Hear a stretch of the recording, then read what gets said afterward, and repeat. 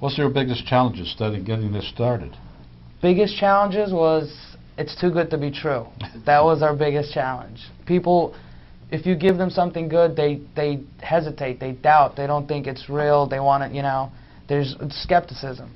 Right. We wanted to, but that's why we joined forces with NJLBA, and Jim was very helpful in us getting the message out that this is a real program and it works. We're doing about 800 college kids every month during college season. Really? Yes. And we applied the same formulas with a little bit of modifications, and the biggest problem was the people in the beginning, they were hesitant to use it because they didn't think, oh, if I get brought there, am I going to get brought back? But everybody who has used it so far calls us every single week. All right. Go ahead, Jim. Originally what we'd done in Wharton, we had a fundraising pub crawl where you'd go from bar to bar to bar, and I had said to Mo, it's crazy to have people walking through our town an event that involves alcohol. So Mo and I got together and we decided we're going to put 4 vans on the road. And for $5 you could pay for an armband, and a van will bring you around to each different place and nobody'd have to walk.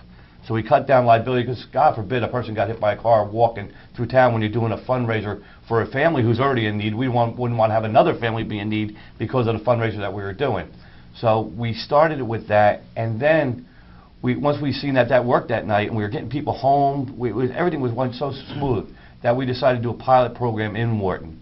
And we got all the licensees in Wharton to sign up for the pilot program, and within a month and a half, people were calling us saying, how can we get involved with this? And then it started to grow, and we went from 7 bars to 14, now we're up to 45 bars in the county. And we also have Sussex County involved, we have Cape May County just getting involved, and Cumberland County is trying to come on board now as well. And we're talking to people in Patterson, Passaic, Hudson, and Essex County to get the programs working there as well.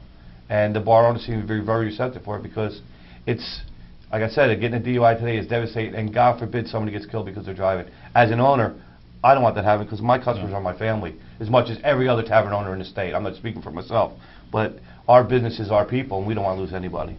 So this program is wonderful. The program works, and we're hoping through this and other things that we can get people to help donate. We're looking for grants. We're looking for corporate sponsors like Budweiser, Anheuser-Busch themselves, and then Absolute Vodka. We're asking everybody who makes alcohol out there to be part of this program eventually. And we see no reason why not. No, it's a good idea. Mo, how did you come about with this? How did this all start? How did it all start? At first, originally, the concept came to me when I went away to college in Long Island. I saw all my fellow students going out every night.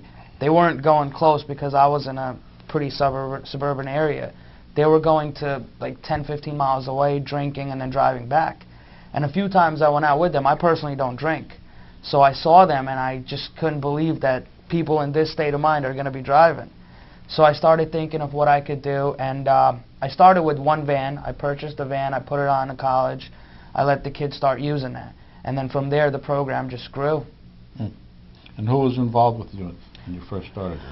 When I first started, it was pretty much me doing everything, but this program itself, it wouldn't be where it is without the help of NJLBA.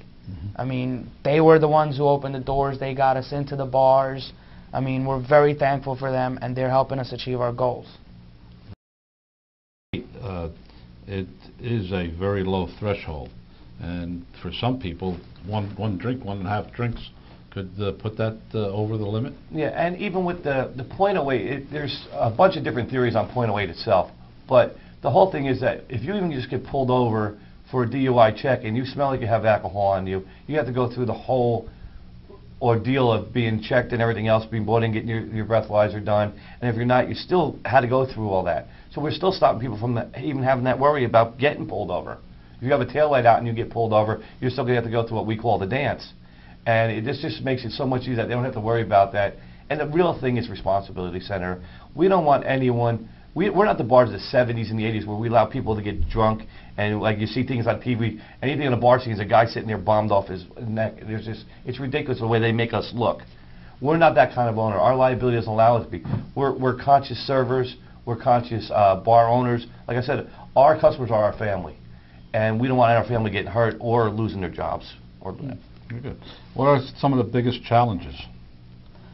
Biggest challenges? The biggest challenge is funding the program. I constantly have to go out and look for funding to get this program going, because we do have to subsidize some transportation costs. We have to make sure the marketing is covered.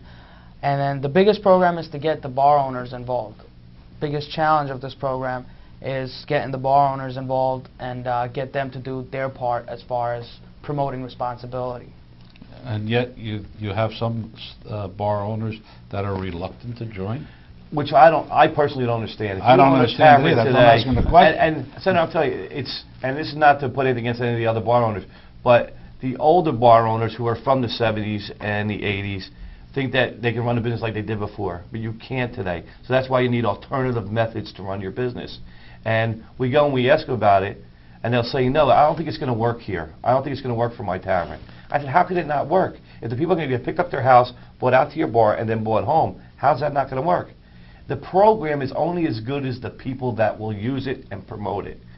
And if we get the people to use it and promote it, the program will work excellent. And we've seen that so far. And what happens is, if I'm a tavern owner and I didn't join this program, my customer goes over to Bob's bar and says, hey Bob, how come you don't belong to this program? I'd love to come to your place tonight, but I can't because I can't take a safe ride there.